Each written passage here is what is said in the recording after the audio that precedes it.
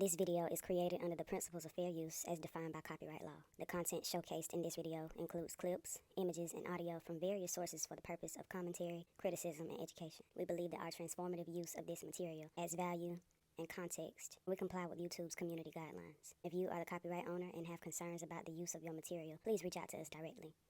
Thank you for watching. Beautiful morning. What you did? What's up? I'm Alicia. I'm James. And we are the Shootas. Shootas. Calling Jimmy John's got them shooters gonna deliver. Welcome to episode 1.5 of All Things Lit.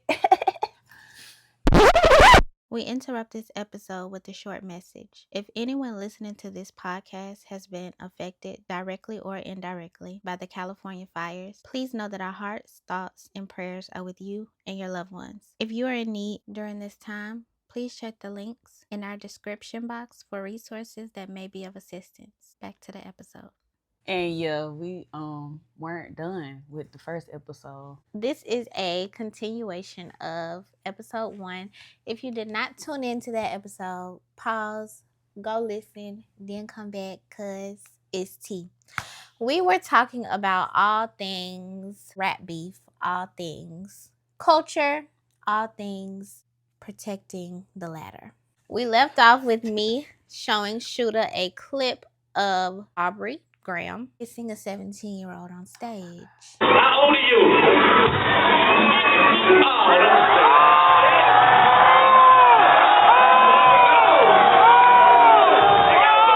I can't go to jail yet, man. 17? Why do you look like that? You thick. Look at all this. Well, alright. Well, listen, 17. I had fun. I don't know if I should feel guilty or not, but I had fun. I like the way your breasts feel against my chest. I just want to thank you.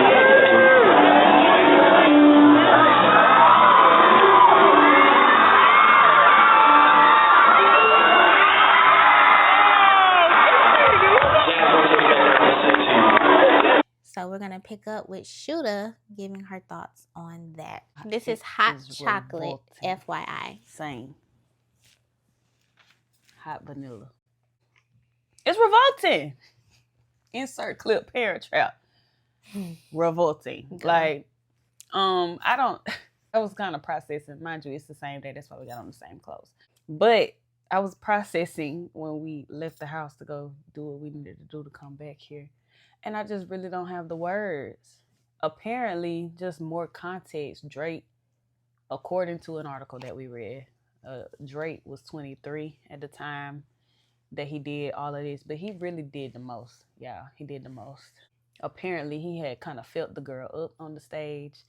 The 17-year-old. According to the article. Now, there were some things that he did do, like I said, before she said her age. But that included filling her up, kissing on her neck, like pulling on her clothes and stuff on stage. So after that, he decides to ask her how old she is. She said she's 17.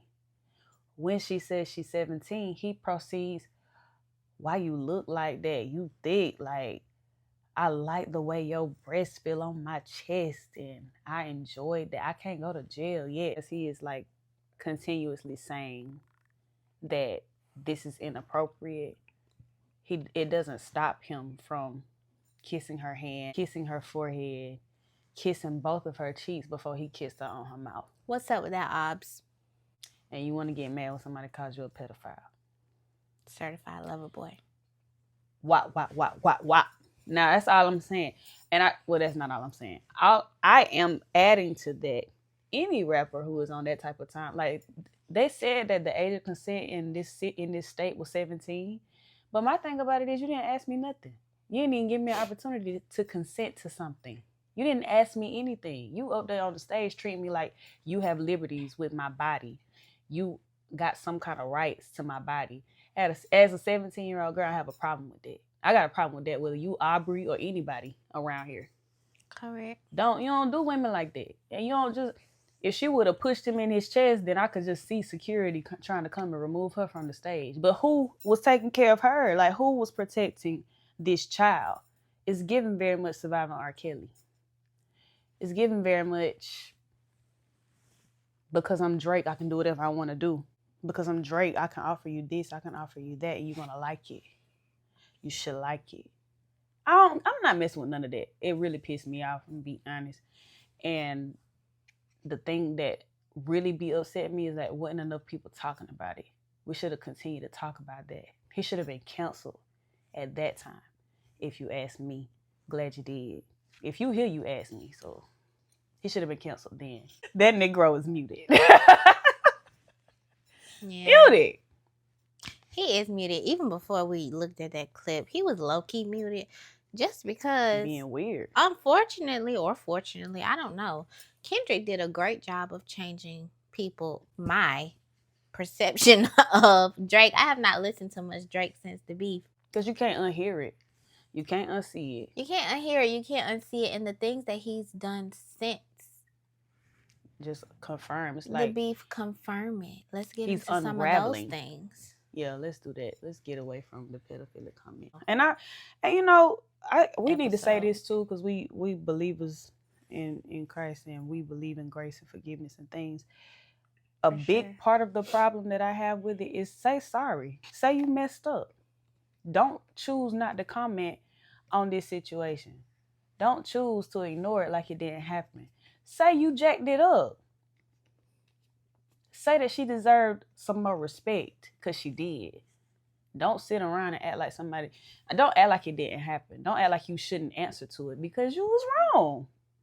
But back to entitlement, bro. You're entitled, and that's a problem for me. That's a problem for me. It should be a problem for all of us within the culture. So we're getting back on just his lack of culture as a whole. The beef happened. Lots of things were said during said beef. I do want to say this just so it can forever and consistently be broke. Drake dropped a song called First Person Shooter, right? In First Person Shooter, J. Cole says that him, Drake, Kendrick, he says that they're the big three, like they started a league. And also, let's also just add this in there. Right after that, he says, but he's Muhammad Ali. So I just want to say, he was saying they was the big three, but if it came down to a rap battle, he was knocking everybody out, and we see what happened. But anyway, J. Cole said that they are the big three.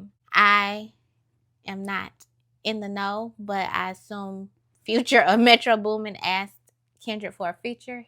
He gave him a feature. In his feature, he said, forget the big three, it's just big me. As we've seen in episode 1, very consistent with his nature of just claiming the title of best rapper alive. So don't put me in your big three.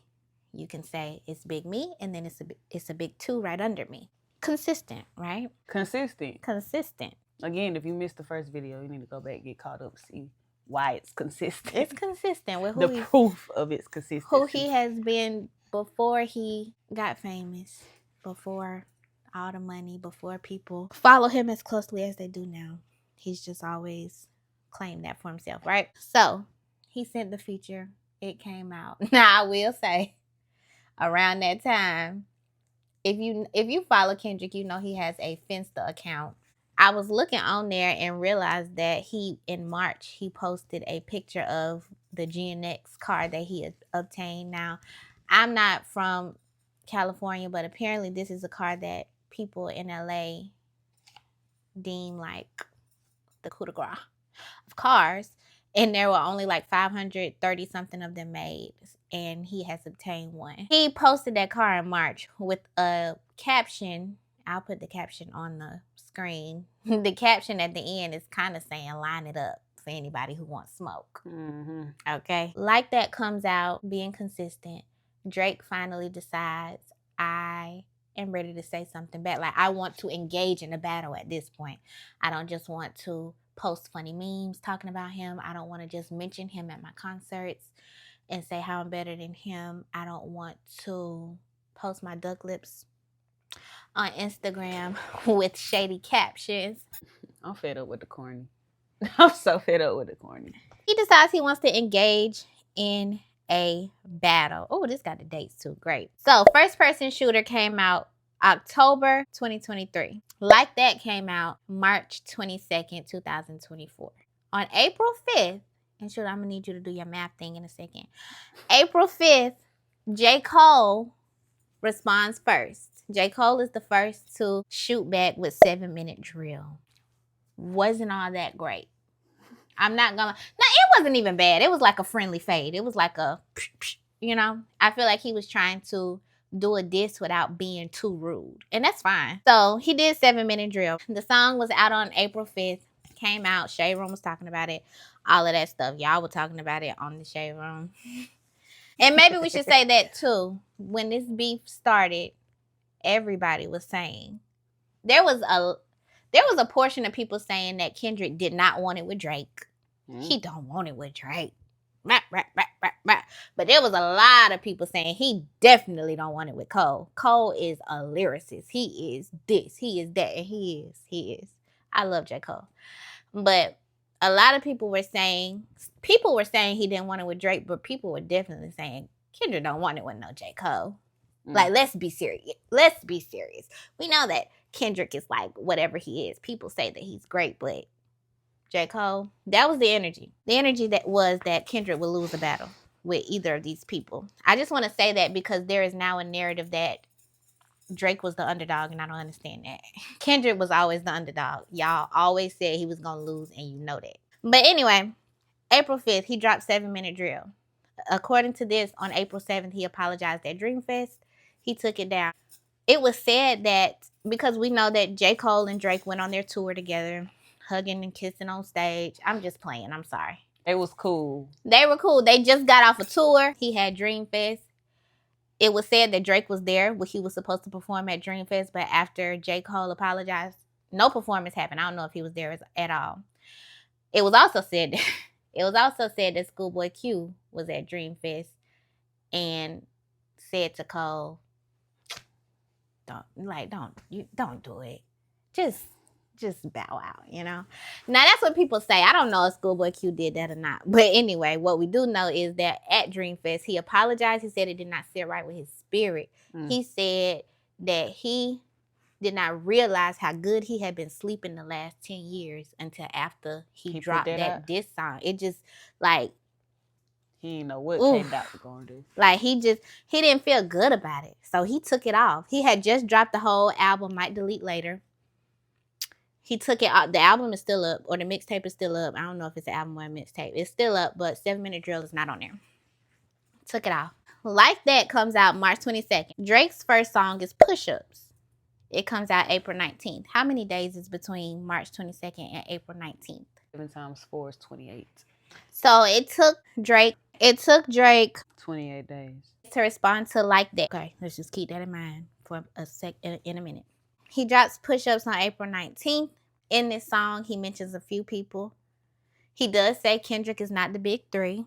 He says that SZA, Travis, and Savage have Kendrick wiped down. Also, in most of his disses, he pretty much dissed more than just Kendrick. He never focused solely on Kendrick in any of his disses. He dissed other people that he has issues with, like The Weeknd, A$AP Rocky, Rick Ross, right? So he never zeroed in on Kendrick. It's like he would diss Kendrick and then spin other verses on other people. That was April 19th, 28 days, right? Also on April 19th, he posted Tailor Made Freestyle. Why did he name it Tailor Made Freestyle?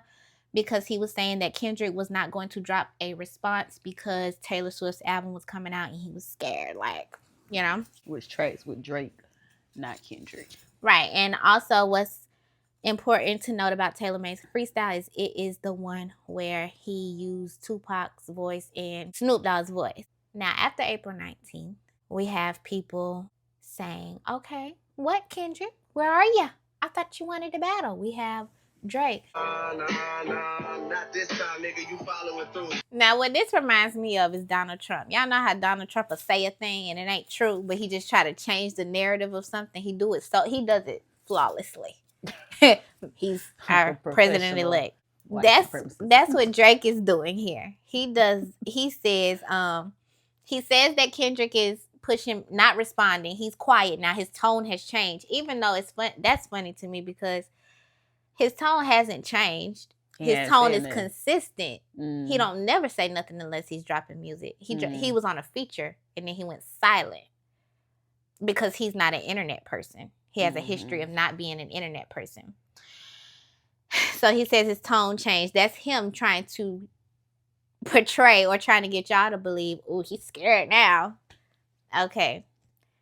He says it's taking him however long. How many days was between Like That and Taylor Made Freestyle and push-ups? 28 days. Now, how many days is between April 19th and Euphoria, April 30th? 10. So did Kendrick take less days to respond than Drake did? It did. So what are we talking about? You don't get to set the tone for the beef. You don't get to say we're beefing now, so you have to drop tomorrow. You don't get to do that. Entitled. Y'all dropped First Person Shooter October 6, 2023. Like That came out and it ain't even Kendrick's song. March 22nd, 2024. That's a gap of time in between that. You decided you were ready to respond to that when you were done with your tour and you were ready to respond April 19th. You don't know what the man doing. I mean. But you took a month. You took 20, and that's all we know. You took 28 days. He took 10. Came out with Euphoria. Now, in push-ups, you did say something about Whitney. But I don't think you had got to all your allegations yet. I don't think Drake had gotten to his crazy allegations. But he did say something about Whitney, which is why we get in Euphoria. Kendrick says, don't speak on the family, Crody. It can get deep in your family, Crody. Talk about me and my family, Crody. Someone gonna bleed in your family, Crody. He ends it with, if you take it there, I'm taking it further. That's something you don't want to do. He's telling you his boundaries. And that's all anybody can do, really. I can tell you, me and you can sit here and joke, but don't talk about my mama. I don't like that. You start talking about my mama, anything is up. You can't say nothing about what I say. Oh, also, let's also say April 30th, Euphoria dropped. May 3rd, Kendrick dropped again with 616 in LA. Now, we know that Drake's thing is dropping his timestamp records. He has his timestamp records. So 616 in LA was Kendrick's play on that, right? He dropped 616, which is the only song that is not on DSPs, and I think it's because of the sample that he used, but it's one of the best songs in the battle. Those two songs came out.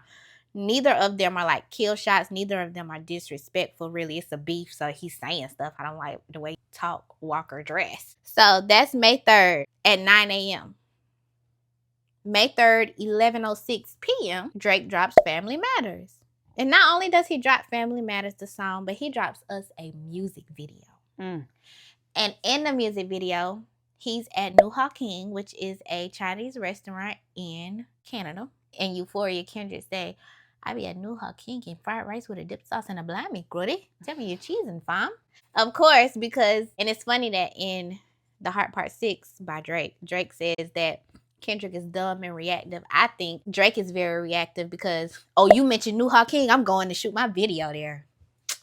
I'm going to do my music video at New King with the owner, and I'm putting Pharrell chain on him because come get his legacy out of my house if you want to take up for Pharrell. Weird. It's like everything Kendrick say, he addressed it. And it's so funny to me because I feel like he thought that was like good. But to me, it's just like weird. You just have to react. Like you have to react. Because why even go to New King? I'm spiraling. Another line in those songs that show how reactive Drake is, the Super Bowl song that Drake and J. Cole made. Drake said, I'm one away from Michael. Beat it, ninja, beat it. And like that, Kendrick says, Prince outlived Mike Jack bomb. Drake says in one of them songs, I can't think of it. Oh, wait, maybe you're right. Maybe I'm Prince and you're actually Mike. Now you Prince. Now you Prince. Boy, you was one away from Michael. Beat it. Beat it. Now you're Prince. And the truth be told, here we are again. I'm calling us out. Like, what are we doing, guys? As a part of the culture. So, yeah. Like, we gotta just... That made me think of that. Tell that fool, He's hey, just you're out of super place. reactive. Like, bro, if you want to compare yourself to Mike, And now, as soon as somebody else say something, Prince outlived Mike Jack. Well, shoot on Prince then. Because Michael was over there hoping his color would change. So something he said. What, Drake? Anyway, he has the video at New Hawking, but also they're like going through the streets of the six with his woes. And we see a van. Fed up with that too. We see a van in the video that they take to Impound Place, and the van gets crushed. The van is supposed to be the van from Good Kid, Mad City album cover. The van is getting crushed. It's not the same van though. I guess he wasn't able to find the exact same van on such short notice. He upped the ante on his diss. He got a diss song that is my favorite one from Drake in the whole battle, and he shot a video like, okay, I see you. And he even say, Drake says at the end of it, this got to be over now for anybody who's counting it, right? Like, I'm about to go on vacation. I'm going to Turks and Caicos. That's what he said. He felt like it was over. Kendrick dropped at 9 a.m. on May 3rd. Drake said, oh, not so fast. You're not getting the one up on me. I'm dropping the same day, 11 p.m. Y'all. And this is so funny because this is when I really got into watching these hip hop streamers and podcasters. I don't remember who I was watching, but I might have been watching Academics. Not going to talk about him on here because he doesn't deserve too much. But I think I was watching Academics, and he's reacting to Family Matters. He feels good about the fact that Drake dropped on the same day. Like, when is better than that, Kendrick? Y'all. Kendrick dropped before that night was over with. He dropped again, and he dropped Meet the Grams, which I'm not gonna lie, that's not a song I listen to often. I think people who listen to that like have a problem. That song is scary. But it's like you listen to it, you listen to the words, and it's like, okay, but also that song makes me think of this interview Don Cheadle did one time. He was in a music video with Kendrick, DNA, I think. And in the interview, he's like interrogating Kendrick. Kendrick is cuffed to the table, being interrogated by Don Cheadle, the original Kung Fu Kenny. And Don Cheadle was saying like he's crazy because it was a point where they had cut and they wasn't filming for like an hour, but Kendrick never asked to be uncuffed from the table. Like he just cuffed to the table, just chilling for like an hour or two. Family Matters make me think about the person who don't ask to be uncuffed from the table. Like, bro, black, you different. It's just like, I'll play it for you after the podcast. It's just... You talking about Family Matters? You talking Meet the Grams? Meet the Grams. It's just like, the vibe of it is kind of eerie to me. I don't know. Yeah. But, yeah, it's not the one that you just going to be listening to. But it was good. He said what he said, and it was good. And we all know he did say Drake has a daughter. There has been some stuff coming out that maybe this lady is saying that she got Drake's daughter. I don't know, so I'm not gonna speak on stuff I don't know, but he said he has a daughter. And my thing about that is people who say the song sucked because he doesn't actually have a daughter. If Drake doesn't have a daughter, there are still 3 other verses that are very relevant. Like, don't play. So yeah, he dropped that 11:58 May 3rd, but then on May 4th 7:50 p.m. he takes the kill shot with Not Like Us. What does he say in Not Like Us? How many stops do I really got in stock? 1, 2, 3, 4, 5 plus 5. He was letting us know. He was letting Drake know, I got plenty more. You want to keep doing this? We can keep doing this. Drake realized he got plenty more. So what does Drake do on the Heart Part 6? Waves the white flag. He said he don't want to battle him no more. It went from, nah, you following through to, you really got this burnt out. Like, it's burnt down. I don't even want to battle you no more. Like that. So Drake waves the white flag, and Kendrick does not drop any more diss songs, which is fine. Which is fine. That's it in a nutshell. But you forgot to say the big piece about the Family Matters versus Meet the Grams versus Not Like Us. Oh, correct. He told him in Euphoria, you take it there, I'm taking it further. That's something you don't want to do. Then 6:16, Family Matters drops. Now, in Family Matters, what I think Drake was trying to do there was the same thing he would deal with Back to Back during his Meek Mill beef. What he did with Back to Back was not only did he make a diss song, but he made a hit that people want to play. We were in college when Back to Back came out, and it was going bad to bad. You know, we loved it, and Drake won. rolled that out, and too. that was it. Drake rolled it out. So I think that what he Drake felt like rolled it he out. was doing with Family Matters was that, and I think that he did succeed in that, and it would have beat anybody except Kendrick, because it is a hit type song, and honestly, I like it. Like it's my favorite song in the battle. I love the part when he say, her favorite "We get Drake at you song. think that you bishop and Jews. We get at you like to put gin in your juice." Like he had some little stuff in there that I like. Her favorite Drake song, not her favorite song. No. My favorite song is Euphoria. Second would definitely be Not Like Us. He's told him, if you take it there, I'm taking it further. And what Drake decided to do was make his hits and take it further by not only saying, he said that Kendrick beats on Whitney. On some Bobby stuff, I want to know what Whitney need. All her captions be hollering like, save me. All that. He says that he beats on Whitney. He asked him, is it self-defense because she's bigger than you? He says, and what I think he wanted to be like the line of the summer. I heard that one of your little kids might be Dave Freeze.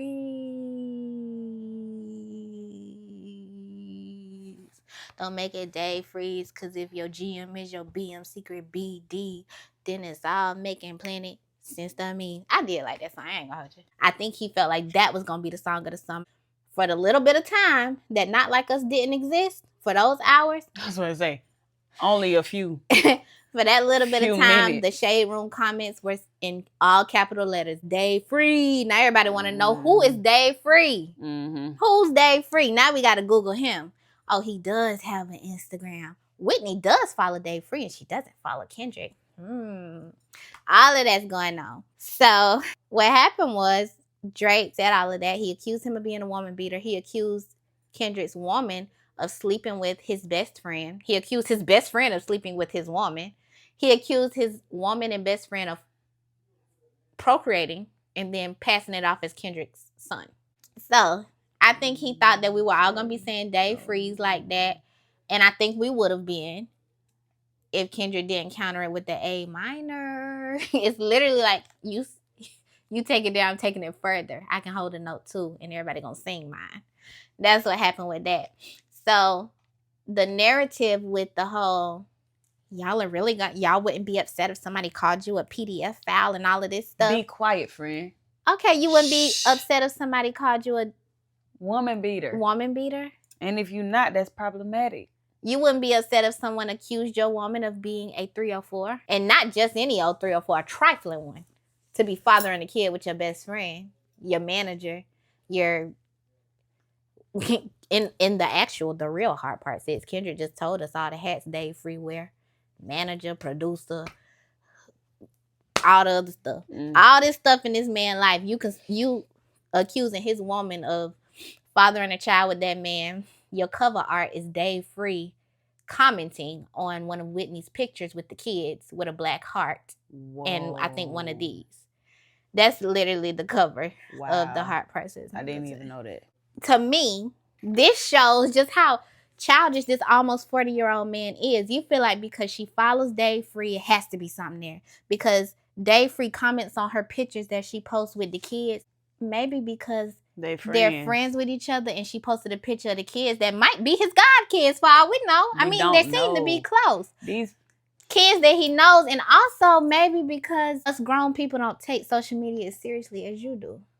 Kendrick don't follow nobody on Instagram. Immaturity. And they're in a relationship. So do she gotta follow him on Instagram? Maybe they don't follow each other because they don't want y'all in their business. It's so much there. Dave Free is a more normal Instagram person. He follow regular people. Regular people follow him back. Whitney is a person who follows people and people follow her back. Kendrick has one follower, and that's PG Lane. No, he follows one person, and that's PG Lane, or is his Finsta account one. It's the same stuff we try to teach our students, children. I call them my kids, but about social media and how they should handle social media. That junk is fake. Right. Everybody, what you see is what people want you to see. And Drake make a whole diss track out of it and then turn and using the cover art, and Whitney hearted his comment. So it's like, oh, she liked the comment. Definitely her baby daddy. What? That's crazy. That's weird. It's crazy that an almost 40-year-old man, that's the logic that he subscribes to. I'm 29, but I'm just not going there with it. Instagram don't mean nothing. It don't mean a thing. I could not follow Shooter today. What does that mean? It I don't talk to mean this girl nothing. every day. Every day. Every day. I don't get it. It just, I mean, you know, but that's what it is. And it's the fact that he puts those things in the songs. I don't know the line, but he definitely says, he says, why is Whitney following Dave Free and not Mr. Morale? Why does she need to? Why are you watching it? They following? That's We know he watched strange. following because he just went on a whole unfollow spree. That's the beef, right? Continuing with, because this is all things lit, all things culture. Continuing with how we need to protect the culture. Certain people are not a part of that culture. What were Kendrick's post-battle activities? We know that several people on the Shade Room feel like Kendrick has been dragging it out. Just like, and I guess it's because Drake said on The Heart Part 6, you got this burnt out. Now, I don't know how he has it burnt out when all he did was drop songs and you told him to. You said drop, begging for drop. Kendrick's post-battle activities. The beef was over. He did not respond to The Heart Part 6 Drake version. I'm going to keep saying that because it's really no hearts that exist outside of Kendrick's in my reality. But anyway, he dropped his last song on May 5th. Did not do anything else until, well, I don't remember what day he announced the pop out, but he announced the pop out, and on Juneteenth, the pop out happened. It was a concert. It was a great concert. It was a concert that brought out different sections of LA on one stage, having a great night, a great time together. And they ended up making it a moment that was bigger than the beef, way bigger than Drake. It was a moment for that culture, that coast, all of that. Beautiful, right? We just blessed we got to see it on Amazon Prime. Pop out happens. July 4th, he makes a video to Not Like Us in which he has the snippet of Broccoli or Squabble Up. He had his Super Bowl announcement. He posted Watch the Party Die, the song, on Instagram, not on DSPs. He did an interview that is a written interview with SZA. He came out with an album. He announced a tour. That's what he's publicly. What has Drake done publicly since the battle? He has posted several selfies, several duck lips. After the pop out, he posted a little shady Summer League post. Many people think that he was trying to say the venue wasn't very large, so it was like Summer League basketball. I don't really know the significance of the Kia Forum until I heard people like DJ Head talking about it, but it's a big thing over there. People like Kendrick dreamed of performing at the Kia Forum, so it was a sentimental thing, him hosting the thing there. Drake's first selfie after the thing is saying, boy, you ain't doing nothing. I be in arenas. Mind you, it ain't got nothing to do with now besides his whole doing. identity is how can I validate myself? How can I say or affirm myself that I'm better than Kendrick? I'm better than him. I need to just like build myself up by beating him down. He's posted several selfies. He did the 100 gigs dump where he had the website with a bunch of old files. Him in Barbados, him and Rihanna, him having sleepovers with Steph Curry, just lots of files. Him and J. Cole in the CD store, him in the studio saying that a beat would be perfect for Kendrick. 100 gigs worth of all kind of files, all kind of songs, none of which, I think some of them charted, but none of which did like amazing Drake numbers, you know? So yeah, selfies, duck lips, shade, 100 gigs, more stories, getting on people's stream, being shady in the comments, throws a tantrum at the Raptors game. What's that report of Drake? This might be the last one, boys. I'll tell you that. That ain't right. Don't get me fired up tonight. Not gonna lie. Shout out to Vince Carter, man. Hey, I don't think people understand that's our first retired number, right? And it's so that's a legit incredible banner, too. That banner is beautiful. It's absolutely spectacular, right? Yeah. Unfortunately, we're playing this goof tonight, but it is what it is. You know what I mean? Hey, look, we're going to take the break. You're going to stay with us. I bet you are, huh? I've had enough vodka soda grapefruits. It's time to take a break, huh? Hey, by the way, put the camera on Jessie Reyes. She looks 20 million out of 10 tonight. Let's get a camera shot of her. Forget these clowns. So he shades homeboy, he is telling the camera, it's just his view of women that I don't understand why women want to be with him. Yeah, get in on her. If you ever put a DeRozan banner up, I'll go up there and pull it down myself. That's the answer to your question. Is that what you're going to ask? No. I didn't mention that. All right.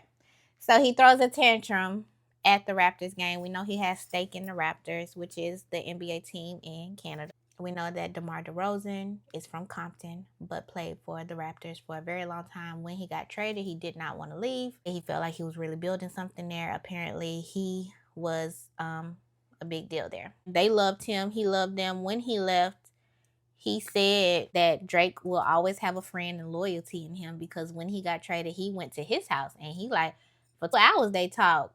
I think DeMar might have said he cried. Like, he said Drake always showed him love the entire 9 or however many years he was in Canada. That happened. Not like us. Kendrick says, I'm glad D-Rose came home. Y'all didn't deserve him neither. DeRozan don't have nothing to do with Kendrick saying his name in the song. But DeRozan did have something to do with going to the pop-out and dancing on the stage. I understand Drake's feelings maybe being hurt because he felt like he had gained a friend in DeRozan. DeRozan said he will always have a friend and loyalty in me. He was at the pop-out. He was dancing. He was at the video shoot. He did a Breakfast Club interview, and what he said in the Breakfast Club interview is, yes, Drake is my friend. I always have love for him. Kendrick is my brother. I'm from Compton. That's what he was saying. I don't know. I think I understand that. I can relate to that with my shooter. If I am with some people who I'm cool with, we're cool. My shooter walk in and say, Shooter, I don't mess with them. And you don't either. Then I don't mess with them. Mm-hmm. That's my shooter though. You know what I'm saying? Sometimes it just be like that. And I don't even think in being in the video and in being in the pop-out, DeRozan was like, I'm not messing with anti-Drake. The pop-out wasn't an anti-Drake thing. It was a pro-us thing. And I think everybody from Compton and from LA that showed up were more so being pro-us, pro-them. The person that turned it into a y'all, it's us versus them, or it's him or me, is Drake. I mean, I'm going to say I understand. DeRozan got on that stage and dancing to you being called a pedophile. He did. But you know what else was happening at the same moment when Not Like Us was being played? All these hoods on the stage from where they're from, and that's a moment for them. DeRozan, I don't think, is in the game. Kendrick not in the game, but they grew up in this. So that means something to them. And you want to be in that moment. And even Big Boy in the Morning is from LA too. And he described it like, I'm sitting here, I'm in the crowd. I have nothing to do with the pop-out, but that moment, I had to get on stage. I'm like reaching up for somebody to help me up because I just want to be a part of that. And I can only imagine. No, we can imagine. We can imagine. I would love for something like that to happen in Albany and these people stop doing crazy stuff. I would definitely want to be a part of the moment. Gang culture claims our kids every day. Every day. And for them to even see, you can have harmony. You can be on the same stage with opposing gangs. Have your brotherhood within whatever it is that you affiliated with, but that don't mean that I have to have an enemy and it's just on site regardless of space and time. No, there was something bigger than them going on right then, and they were able to all stand together. The pop-out was beautiful. That was amazing for the culture. I can understand wanting to get up there and be a part of that and dance and just live in this moment where we ain't beefing, ain't nobody shooting nobody. It's just a good night, and that's what it was. And it stayed like that? It was a moment, and I understand that. But I also understand maybe Drake's feelings being hurt. I don't understand him throwing a fit on national television. And just dragging it to death. Like you carried. He carried so bad. And that it's funny that he says, is that what you were going to say? If y'all put a DeRozan banner. That man said, I was going to say that. Oh, what? I'm not thinking about that. You are. He throws a tantrum at the Raptors game. He unfollows. That was a big day in news, bigger than any song he's dropped since the beef. He unfollows several people. Brian, Rick Rose. Mind you, I will always say that I love Savannah James. I love LeBron's wife down. LeBron was a part of a moment. He plays for the Lakers. He was there. They cool with Drake. Okay. Fine. I went to the concert. Mm-hmm. I went to the concert and I liked the song, so I'm dancing to the song. You want to be mad? I feel like, and this is just me and my own brain, I feel like Savannah said, boy, ain't nobody studying no Drake. You're LeBron James. That girl went to the Olympics. Oh, what I heard in my head was... I heard that in my head because what happened was Savannah James with this shirt on, this shirt on. And I feel like that was her doubling down. That was only, a month later? What I said. Like, ain't nobody studying that crybaby. If he want to act like he don't want to be your friend no more because you went to a concert and you like a song. And, okay, do y'all remember, I don't know what year it is, but do y'all remember when it was becoming a thing where Drake is the type of person who would do this? Let's not act like y'all didn't already think these things about Drake. It's like Drake is the type of person who, when taking a group picture, he'll say, now a silly one. Like, it was a thing. Drake the type of guy to open a bag with some scissors. It was literally a thing.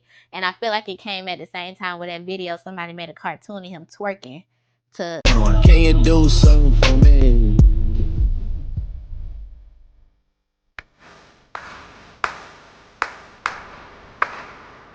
And now when I listen to that song, I can't help but see Drake in my head twerking in the booth. Because somebody said they felt like that's how he was recording the song. Like, y'all have been clowning Drake. Talking. And you want to get mad at Kendrick for saying what y'all been saying. The long and the short of it is, and how this all relates to the conversation about culture, how it relates to all things lit. One, a rap beef is like a crazy thing to live through. That's one. Crazy exciting. It's crazy. Yeah. So that's number one, how it relates to the culture. There are other things to be said about the culture. Competition is a part of hip hop. It happens. But the big thing I feel like I want to say, if the music is what makes people move. Escape said, if the music makes you move and you can feel the groove. Yeah. Groove. I can't never sing with Shootas because she sound good. Girl, you can always sing with me. Never. Period. The Bible says that it is the music that led David to dance. Music is powerful. I respect Kendrick for being a writer, an artist, a creator. Sensitive about his stuff. Who really be on it. Like, who be saying stuff that honors us, that protects us, that respects us, challenges us. Right. Speaking on a game that he breathed. About a lot of things, when I hear people saying crazy stuff about things that I care about, like, you just get to be a voice out there. You ain't got no respect. You ain't got no humility. And I don't like that. And the people who feel that way, I feel, will understand Kendrick's position in this whole beef. Y'all try to paint him as this angry person. Maybe he is. Or maybe he just fed up with there not being enough real voices out there. So he's choosing. He's been being that one. Right. From album 1. Let's not act like he hasn't been being that one. To say something that means something. We can zoom out. We can just talk about the fact that it's on us to protect our culture. It's on us to be mad about stuff that we should be mad about. Like, you shouldn't just go with Andrew Schultz and be like, oh yeah, he can just clown on a black woman because he a comedian. That's what they do. No. He can't. We sign so many people checks and don't even realize that we do. And then for y'all who are mad at Andrew Schultz, but then when Gary Owens say something, he say, no, you good. He wasn't talking about you. He's not good either. He's not good. Because his comment was, I didn't like it. Humility. Again, it's just so many people outside of the culture feel entitled. We got to protect what is ours. We always have done. We always had that responsibility. And if it ain't enough people who telling the truth about the actual narrative, who don't know the core of hip hop, and not to say, I mean, there's plenty to learn. Like, for me, personally, I'm a student at this point. I'm a student truly too. am. We all are. I truly Which am. is kind of a blessing. It's like we can continue to learn from this culture that just keeps giving. Our people created. Like, our people created something dope. Like, this is something. Every white artist out there is inspired by black culture. Every one of them. Whether it's them trying to do a funky beat to a country song, or them wearing baggy pants, or the Kardashians wearing cornrows. And my thing, like, we should have a higher expectation of those who we give our time, energy, and minds to.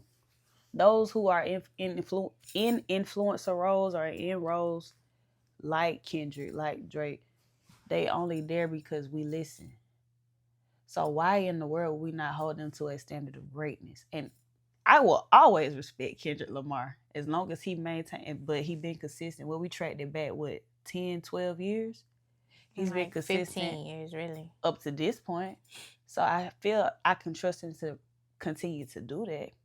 But we should hold every last person who is putting things in our heads, in our kids' heads. We should all hold them to a high standard. And if they slip, they do got the answer to somebody. They do. Mm-hmm. And we got to hold them accountable. We do. But if you don't know nothing, then what you holding them accountable to? If you ain't done no reading, you don't have any research. If your only source is the shade room. If you don't have a heart for your people, I saw somebody on Twitter during the beef say something like, y'all try to force Kendrick on us so bad. Everybody don't want to just be sitting here thinking about blah, blah, blah. People like to have carefree music. It ain't even about that at this point. It's truly not. It's truly not. And it's beyond, like, there are artists, it's going beyond carefree now. Come on. Like, we're promoting pedophilia. Go look up this song, N95 by Kendrick Lamar. That's how I feel about all those people. It's like, take the mask off. Stop being, I don't know if it's fake oblivion or if you really just oblivious, but you gotta chill. You too grown for that and you too black for that. We're on the brink of upset right now. I got freshmen in high school, some of my kids that I've claimed as mine. Even they know and feel, I guess, a little bit of a fear around what could happen once a certain man is initiated into the office of presidency. And I don't have no problem with carefree music. Shootas tell you one of my favorite songs is Dance Like a Stripper. Ecclesiastes chapter 3 will tell you there's a time and place for everything under the sun. So yeah, we don't expect people to just be, and we ain't them people who just be under it all day and like all day, every day. No. The point is there has to be more voices who are talking about something, and you don't have the right to not hear ever. You just don't. As a human being, as a black woman, black man, whoever is in the culture, and those of you who ain't, those of you on the outside looking in, there is a way you approach what we have created with respect. And that's just how I see it. And we got to make sure that them folks is doing that. We got to be the voices. We have to speak up. We have to act different. We have to move different. We got to show folks how to treat us. That's a Shooter mantra. You teach people how to treat you. Shooter just said something about now, because my mind went there when you said it. I can't say it all the way right now, but she was talking about it being okay to have this thing, but there not being enough of this thing. And that goes back to Kendrick's consistency. He has always talked about there needing to be a balance in everything. He just said in a SZA interview, he is not an angry person, but he believes that love and war exist. And he is comfortable putting things out there and letting it be what it is. So he can put Not Like Us out there. He can put something as eerie as Meet the Grams out there and let it exist because it needed to be said. Talk slick all day as rappers, that's easy to do. That's like taking the easy way out. But what are you saying, though? What are you saying to, I don't even want to say uplift. There's more people hurting and eating in this world than anything. I love fun records. I love having fun. I love records that's on the radio. But it also needs that balance. And that's what I think I'm here for. I hit Top Dog. See, I wrote a record for the homies that's in the penitentiary right now. And I say, okay, these are my homies in the hood. If I say something this blatant, this bold, this simple, they could take reaction from that. It starts with yourself first. And you won't be thinking all this negative things that's going around in the world that's completely corrupting your brain and things like that. That's an old interview, but I thought of this interview when I was thinking about him talking to SZA about the love and war thing. He in so many interviews throughout the course of his career has talked about balance and there not being anything wrong with the radio records and the Dance Like a Strippers of the world. He likes those. He listens to those. He doesn't make those often. But why doesn't he make them often? Because there's not enough people making the music that he makes. it ain't nothing wrong. Well, we're muting Drake. But Muting Drake. Let's pretend for a second all that doesn't Sexy exist. Red What we know even doesn't exist. Let's pretend for a second everything we know doesn't exist. There's nothing wrong with loving Drake. I love Drake. As a person, I've listened to Kendrick since my sophomore year of high school. I've listened to Drake since my freshman year of high school. I love both of them for different things.